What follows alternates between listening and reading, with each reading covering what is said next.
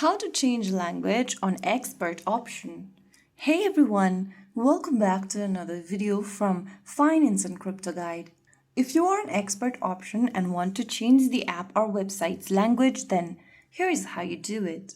First of all, launch open the ExpertOption application on your device.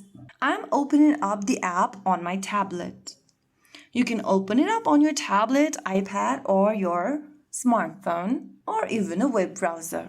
After you do so, from the main homepage after logging in, go to the bottom left corner and tap on the gear icon. Once you do that, this will open settings. Tap on the language drop-down and choose a different language you want to change to and click confirm. This will give a quick restart to the app and your interface language has now changed.